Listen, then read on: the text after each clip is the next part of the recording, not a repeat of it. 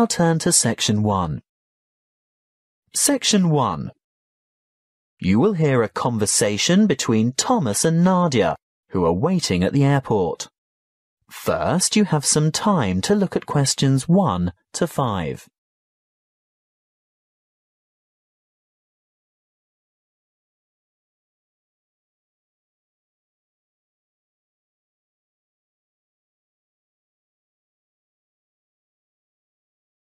Now we shall begin. You should answer the questions as you listen, because you will not hear the recording a second time. Listen carefully and answer questions 1 to 5. Where have you been, Nadia? Browsing in the bookshop. What took you so long? You said you were only going to be away 5 minutes. I was only gone for a quarter of an hour. Well, it seemed much longer than that. Did you buy anything? I was tempted to get the latest novel by Dan Brown, but it's quite heavy, and I'd have to carry it around with me. If I could have found a crossword puzzle book, I'd have bought it. But in the end, I was attracted to a front-page article in today's issue of the New York Times. Is that all you bought then? Yes. Look, why don't you read the business section while I catch up on the news, and then we can swap? I'd rather have the entertainment section. Are you looking for anything in particular? I just thought they might have a review in there of that new play that opened on Broadway yesterday. The drama about the awfully cruel pirate? Oh, I'd forgotten about that. I wonder how good it is. Actually, I was thinking of the new comedy, the one about the physician. Dr. Hunter. That's the one. Well, when I was in the bookshop, I overheard a couple talking about it, and they said it was fantastic, not in the least bit boring. They especially liked the actor who played the main part. Very smooth, apparently. Lots of fun, then? Well, according to those two, they thought it was hilarious. Ooh, we'll have to make a point of seeing it when we get back. Definitely. We didn't have time for breakfast, and I'm hungry. Do you fancy a coffee and a muffin? Sounds like a good idea. And how will you have your coffee today? Long and black as usual? I think I might have something different this morning. What? You don't mean a flat white or some other milky one? Oh, I don't know. I want something to perk me up. An espresso, short and black with sugar? Perfect. Will that be with a chocolate muffin or a berry muffin? I'll try to stay off chocolate. The berry sounds healthier. And I'll have a plain one with butter. Won't be long. Before you hear the rest of the conversation, you have some time to look at questions 6 to 10.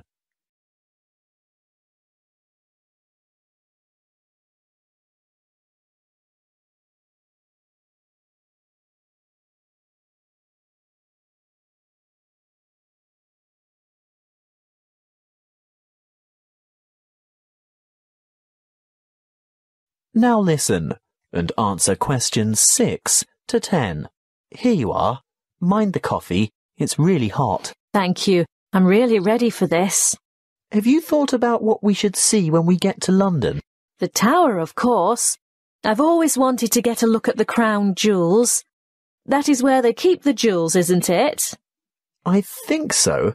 And what about the wheel? I hear it's quite extraordinary. I'm not that keen on the wheel. Do you want to ride on it? No way. Well, let's leave it out of the itinerary then. OK, so do we do the tower first? Yes, that's the idea. And then we absolutely have to go to Westminster. Really? Yes. Look, it's not going to cost us anything. And I promised my sister I'd take photos there. Well, if you insist. I do. Oh, did you know the British Museum is free to the public? Not just residents, but tourists as well. Well, I did know that, but I was hoping we wouldn't have to spend time in any museums. We've only got 3 days in all, and it'll take at least 1 whole day to go through the museum. Well, let's say we leave it till day 3 and see how you feel then. OK, I can't argue with that. And Buckingham Palace? I suppose you've promised lots of photos of that as well, have you? Well, no, not really. But we can't say we've been to London and haven't seen the Queen's Palace. I guess not. And there's the added benefit that it won't cost anything as well. Oh, Thomas, it's not that I'm afraid of spending money. It's just that I want to see all the traditional sites first. Good.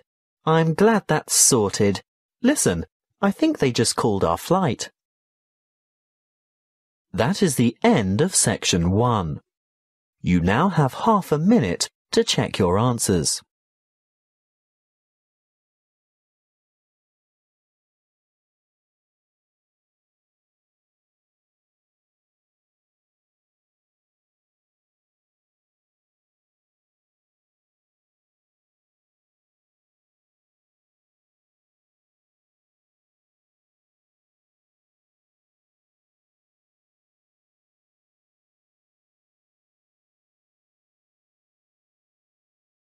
Now turn to section 2. Section 2. You will hear a tour guide talking to a group of visitors at a museum. First, you have some time to look at questions 11 to 15.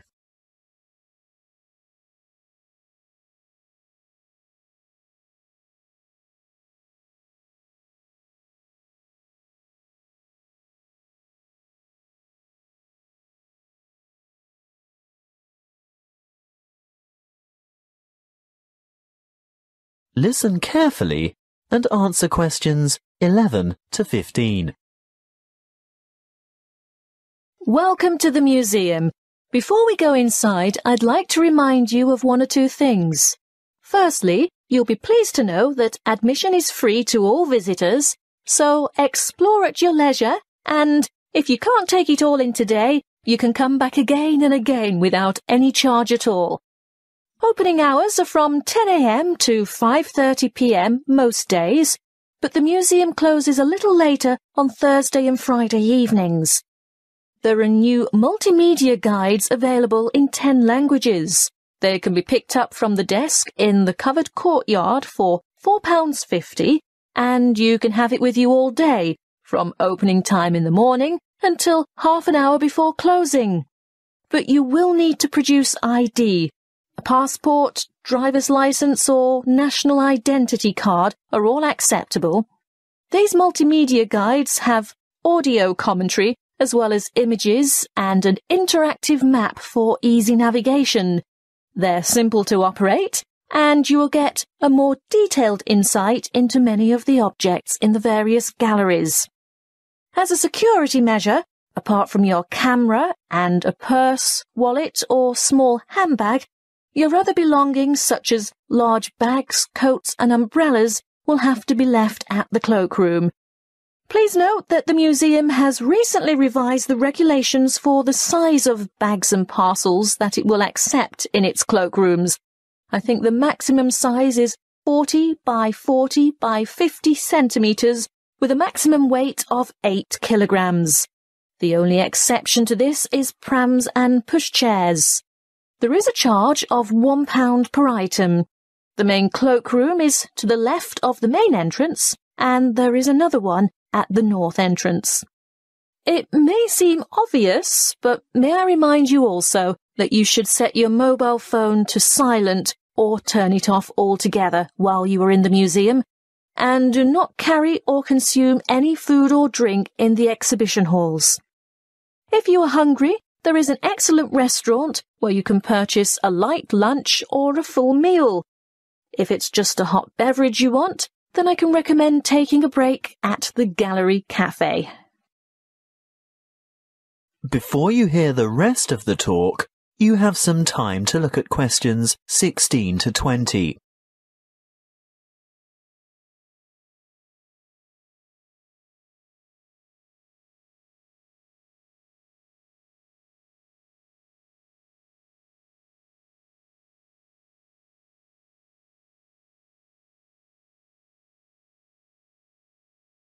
Now listen and answer questions 16 to 20.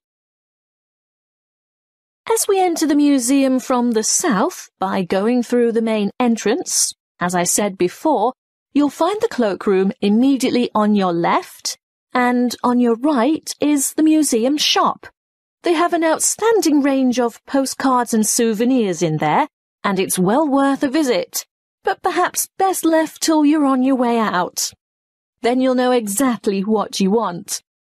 The big room to the right of the entrance, behind the shop, is the reference library. Straight ahead of you, yes, the huge circular room is the main reading room. If you decide to go in there, please keep noise to a minimum out of respect for the writers and scholars who use it for their research. The reading room is surrounded by what is known as the Great Court. Indeed, it used to be an open courtyard, but you will see that it is now completely covered by a magnificent glass and steel structure. If you walk around the Great Court in a clockwise direction, on the west side, you'll see the entrance to the Long Hall of Ancient Egypt, which has an amazing collection of Egyptian antiquities. The gallery behind the reading room, directly opposite the entrance, is devoted to China and Southeast Asia. Here you'll see Chinese civilization explored chronologically from the Neolithic period through to the 21st century. The restrooms for both men and women are located in the northeast corner of this floor, but don't worry, there are others available on the floors above. Another huge gallery extends along the eastern side of the courtyard, and this is given over to Greece and Rome. The sculptures in this section are absolutely spellbinding. Take your time looking at all the exhibits, and when you're ready to view what's on the next floor, take the magnificent marble staircase by the entrance. That is the end of section 2. You now have half a minute to check your answers.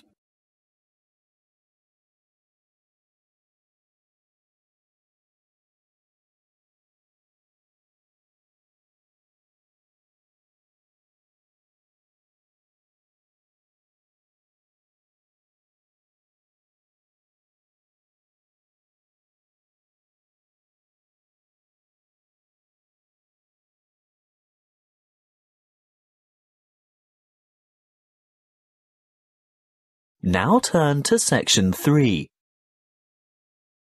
Section 3.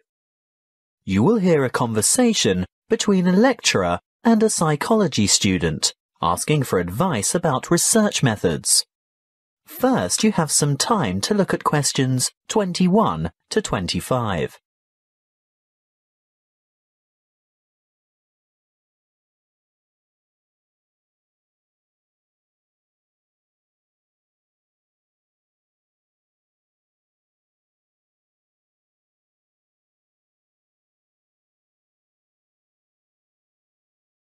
Listen carefully and answer questions 21 to 25. Good morning. Now, what is it you want to discuss today? Good morning, Dr. Reed. This assignment you've given us is the first psychology experiment I've had to do, and I'm not sure where to begin or which steps to take. Well, conducting your first psychology experiment can be quite a complicated and confusing process, but just remember that like other sciences, psychology uses the scientific method and bases its conclusions upon empirical evidence. What do you mean by empirical evidence? Well, empirical evidence is established by observation rather than theory. And the scientific method? Oh, yes. When conducting an experiment, you need to follow a few basic steps.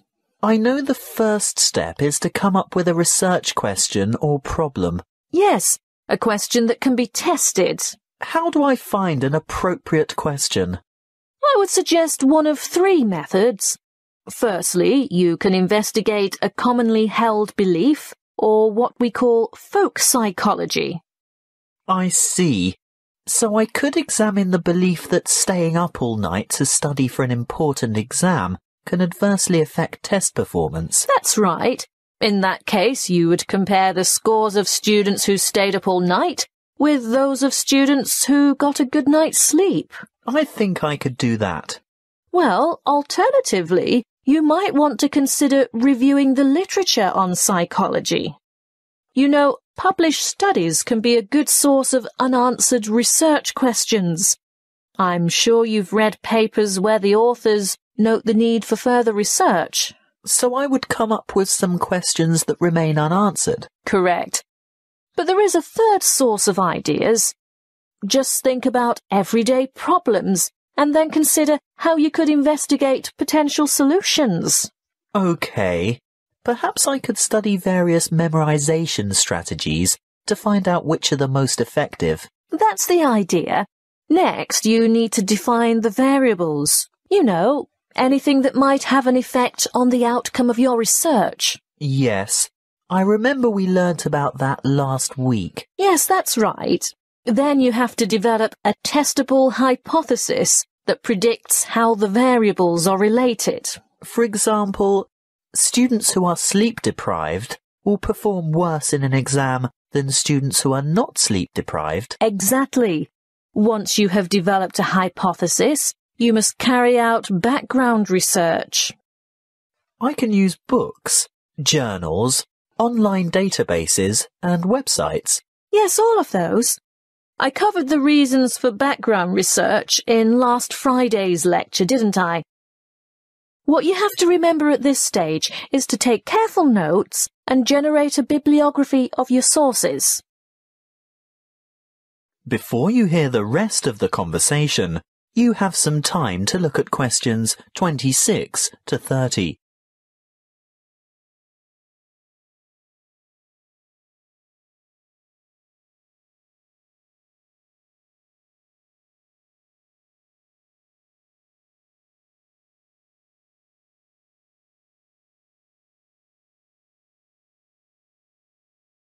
Now listen and answer questions 26 to 30. OK, I've got that. Then I'm ready to develop an experimental design. Well, again, you have a choice. There are 3 basic designs, and each has its own strengths and weaknesses. The pre-experimental design does not include a control group, so there is no comparison. What we call a quasi-experimental design does incorporate a control group, but there is no randomization, whereas a true experimental design has both control groups and random assignment to groups. You've also told us about standardization of procedures. Is this where that comes in? Being sure to compare apples to apples? Absolutely. Going back to your sleep deprivation example, the same exam would have to be given to each participant in the same way at the same time, etc. Got it. When selecting subjects, you need to consider different techniques. If you were to go through with your sleep deprivation experiment, you would need to ensure that your experimental and control groups were standardized. That is, all third-year accounting students, for instance. A simple random sample involves choosing a number of participants from a group of similar people. On the other hand, a different kind of study might involve a stratified random sample, where participants are randomly chosen from different subsets of the population. You mean subsets with distinctive characteristics, like age, gender, race, socioeconomic status, and so on? Precisely. Then the next step is to actually conduct the experiment and collect the data. Then I have to analyze the data. I'll be dealing with the statistical methods for analyzing data in next week's lecture. Oh, good. I guess all that's left then is to write up the data. Yes, communicating your results is important. And in the next couple of lectures, I'll be covering the format and structure of a psychology paper and tips for writing each section. Thank you, Dr. Reed. I feel much more confident in getting started now. Thank you for taking the time to see me. That is the end of section 3. You now have half a minute to check your answers.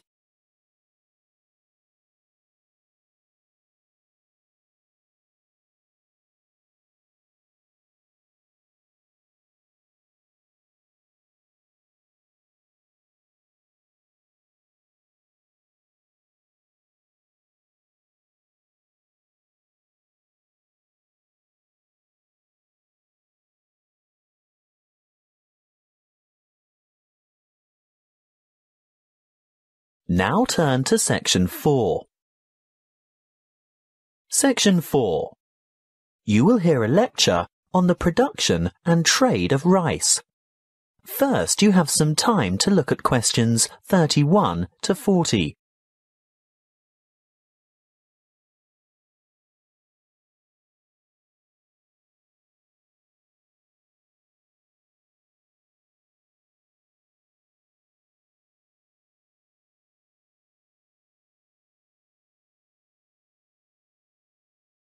Listen carefully and answer questions 31 to 40. Good morning and welcome to our inaugural lecture on agricultural economics. Today's topic is the world's production and trade of rice. As you are all well aware, rice is the staple ingredient in the diet of much of the world's population. Its importance as a food cereal in the human diet cannot be underestimated. In fact, it's a close second to wheat. About 560 million metric tons of rice is grown each year, compared with about 600 million metric tons of wheat. Coarse grains, such as corn, sorghum, barley, oats, rye, and millet, mostly go into animal feed, which, by the way, is seen by many as a wasteful and inefficient use of fertile land, because around 4 kilos of grain is needed to produce about half a kilo of beef. Some 900 million metric tons of coarse grains are grown annually worldwide, and a further 300 million metric tons of grain is produced for the oil in its seeds. Now, I'll return to the subject of rice production. What do we know about rice production? Well, firstly, rice produces more food energy per hectare than any other cereal grain, and almost as much protein per hectare as wheat. Secondly, the production of rice has more than doubled in the last 40 years. How has this increase in production come about? Mainly as a result of improved field yields. The actual land area planted in rice has only risen by about 30%. As you know, rice is primarily grown in flooded fields, and therefore cultivation area is restricted by the sort of soil and the availability of water. Although rice can be grown on dry land, it is essentially after all a type of grass. The yields and quality in this case are much lower, and other grasses and weeds can easily overtake the rice. As yet, there are no herbicides that can selectively kill other grass types without killing the rice. Much of the world's rice is still grown and cultivated by hand, because for mechanized farming, the land must be able to be drained and hold heavy equipment. Of the total rice production, it's no surprise to learn that the greatest proportion by far is grown and consumed in Asia. You will see from the chart that the leading producers of rice are China at around 39%, followed by India with a quarter of the total. Indonesia produces almost 1/10, and other countries like Bangladesh, Vietnam, Thailand, Japan and Brazil grow another 25, almost 26% of the total. As I said before, most rice is consumed in the countries where it is grown. That means that very little rice is actually traded, and for this reason, the market price is very volatile. That is the end of section 4.